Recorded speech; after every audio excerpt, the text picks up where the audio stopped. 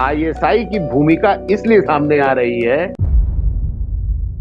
ये बांग्लादेश में जो विरोध प्रदर्शन है, भारत में जितनी हिंदुओं की आबादी है उतना मुसलमान कभी रहा ही नहीं है। या भारत इनको शरण नहीं देगा तो कौन देगा? शेख हसीना ने पोतों को तुम रिजर्वेशन दोगे? नमस्कार, मैं हूं आशीष कुमार सिंह। मुकुल भाई, आप ये देख रहे होंगे बांग्लादेश की जो घटना है उस पर आपकी तो नजर बनी ही हुई होगी।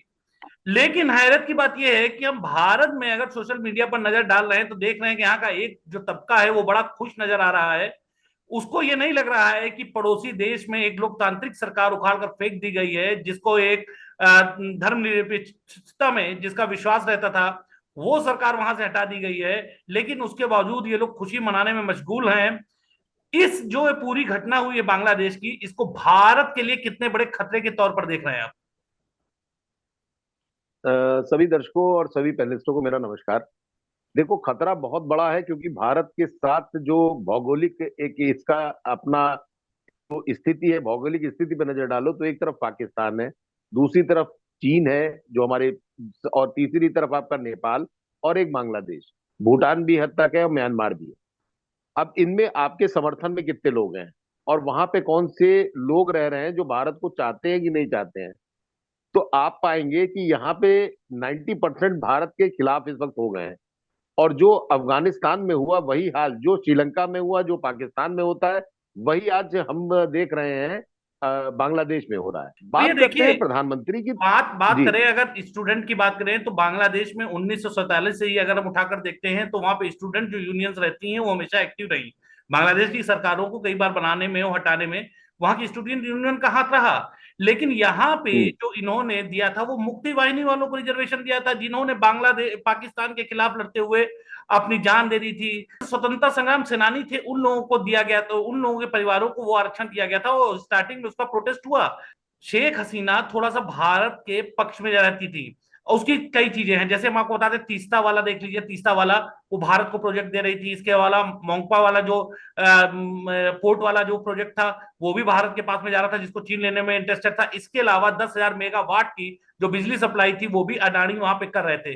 तो कहीं ना कहीं चीन को इससे प्रॉब्लम थी। इसके अलावा जो वहां के शेख हसीना के जो करीबी अधिकारी थे, जो नेवल ऑफिसर्स थे, उन्होंने जो वहां से खरीदारी हुई थी चीन से हथियारों की, वो हथियार काम नहीं कर रहे थे। वो चीन से बोल रहे थे कि बॉस, ये कौन से हथियार दे दिए जो दग नहीं रहे, जिनका काम नहीं, आप रिपेयर करो। लेकिन चीन बोल रहा था कि ना भाई, पैसा दे दो, उसके बाद हम रिपेयर कर देंगे।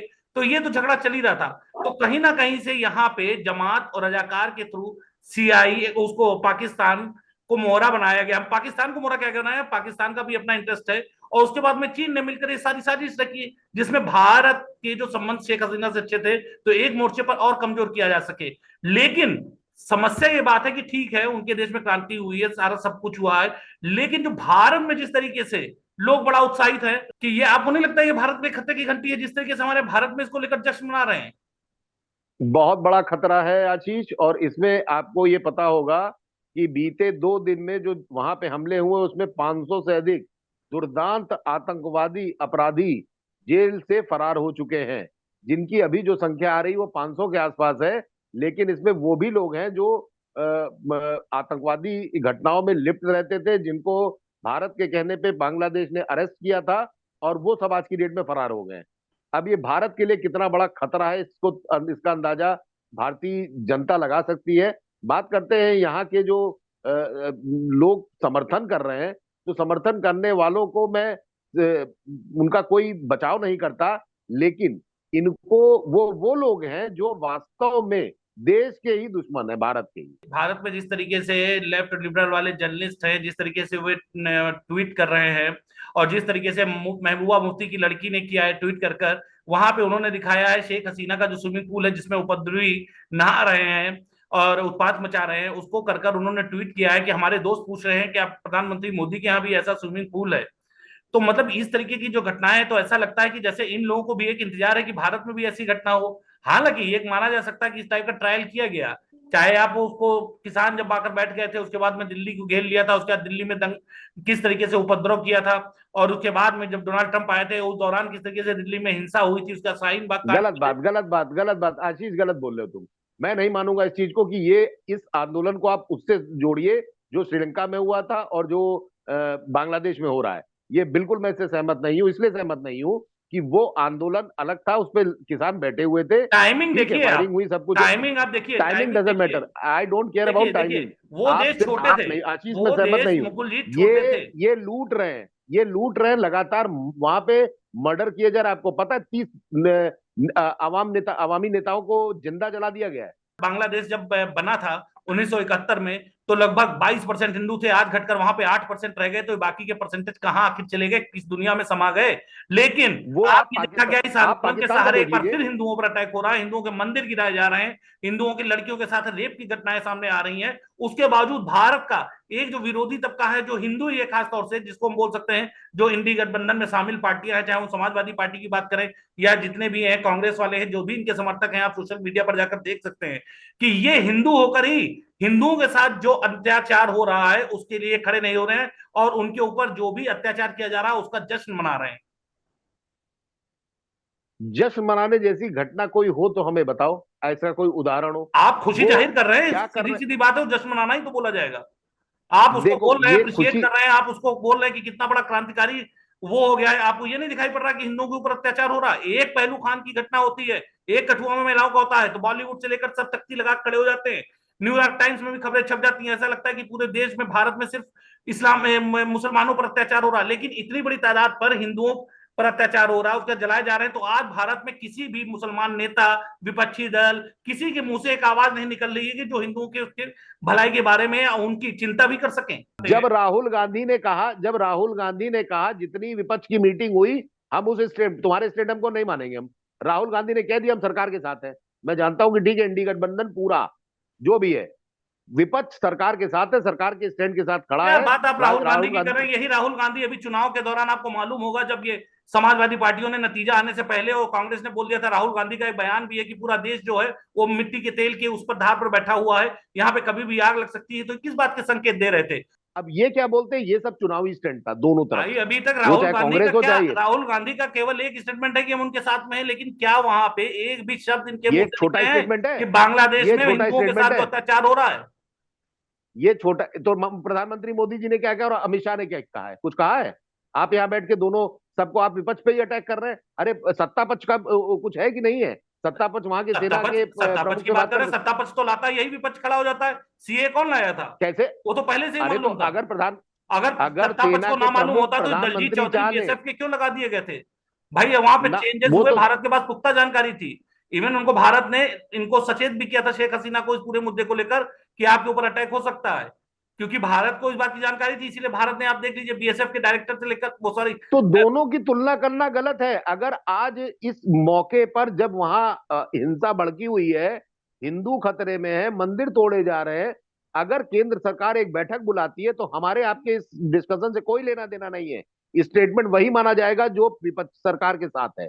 अगर वो विपक्ष सरकार के साथ ना होता, सरकार जो भी कदम उठाएगी वो सरकार की जिम्मेदारी, राहुल गांधी उसके लिए कोई जिम्मेदार नहीं है।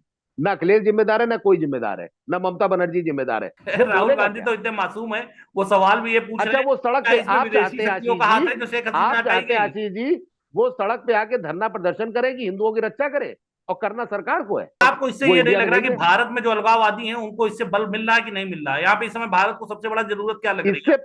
इससे पहले कितने अलगाववादी थे जो क्या कर सके? वो जम्मू हमारा ले गए, कश्मीर हमारे ले गए, कुछ नहीं कर पाते। लेकिन सरकार से सवाल आपको पूछना है आशीष जी, आप सरकार से सवाल पूछिए। आप ये पूछिए कि आपने हिंदुओं के लिए क्या कर रहे हैं? वहां जल रहे हैं, बलात्कार हो रहे हैं, मंदिर तोड़े जा रहे हैं, हमारी भारतीय सरकार क्या कर रही है? हमारा केंद्रीय नेतृत्व क्या कर रहा है? हमारा प्रधानमंत्री क्यों नहीं दुखी है कि कहीं पे हिंदू मारे जा रहे हैं? ये सवाल होता है। राहुल गांधी क्या कर रहे हैं? उनकी तो कोई हैसियत नहीं है कुछ करने की। वो सेना प्रमुख से बात नहीं कर सकते। एक, अब यहाँ पे बताइए, अब वहां पे जिनका ये हावी हो गए, जमात है या रजाकार है, अब ये कट्टरपंथियों के हाथ में अगर बांग्लादेश जाएगा, उन्हें नजर आ रहा है कि आज एक जो एक लिबरल थी, जो धर्मनिरपेक्ष एक बांग्लादेश चला रही थी सरकार, वो उनकी जगह पर अब ये कट्टरपंथी ले लेंगे, वो ज्यादा भारत के हित में होगा। ये मैं पहले कह चुका हूं, बहुत खतरनाक है। इस पे तो मैंने कभी तुमसे वो राय नहीं ली। भारत सरकार क्या सोच रही है इस पे मैं तुमसे बिल्कुल सहमत नहीं हूं। वहां पे अगर ऐसे ही तालिबानी राज अगर आता है तो वास्तव में भारत के लिए बहुत बड़ा दुर्भाग्य है, और भारत के भौगोलिक परिचय को देखते हुए भारत दुश्मनों से गिर जाएगा। पाकिस्तान इसको ये पहले से हवा दे रहा था, क्योंकि जिस नेता का मैंने नाम बताया जो छात्र नेता था, उसको आज से नहीं 2 साल से फंडिंग चल रही है, और ये 2-4 लाख लोगों को मैसेज किया गया ट्विटर पे, और उसमें पाकिस्तान के ये भी पता चल रहा है कि पाकिस्तान के हैंडलर फेसबुक से लेके ट्विटर से लेके एक्स से लेके सब जगह पे इस तरह के वीडियो पोस्ट कर रहे थे जो सरकार के खिलाफ हैं, और आईडी चेंज करके बोल रहे थे, खुद को बांग्लादेशी बोल रहे थे। ये भी अब सामने आ गया है। तो चीजें देखो, वो सरकार को आज मोदी जी के खिलाफ कोई बहुत बड़ी साजिश हो जाए और मोदी जी उसको कर ही ना पाए, उसको खत्म ना कर पाए, तो मोदी ये शेख हसीना वो मोदी जी की गलती रहेगी। बहरहाल मुकुल सरकार में भाई, रहते हुए बहरहाल राह आईबी सब आपके साथ है।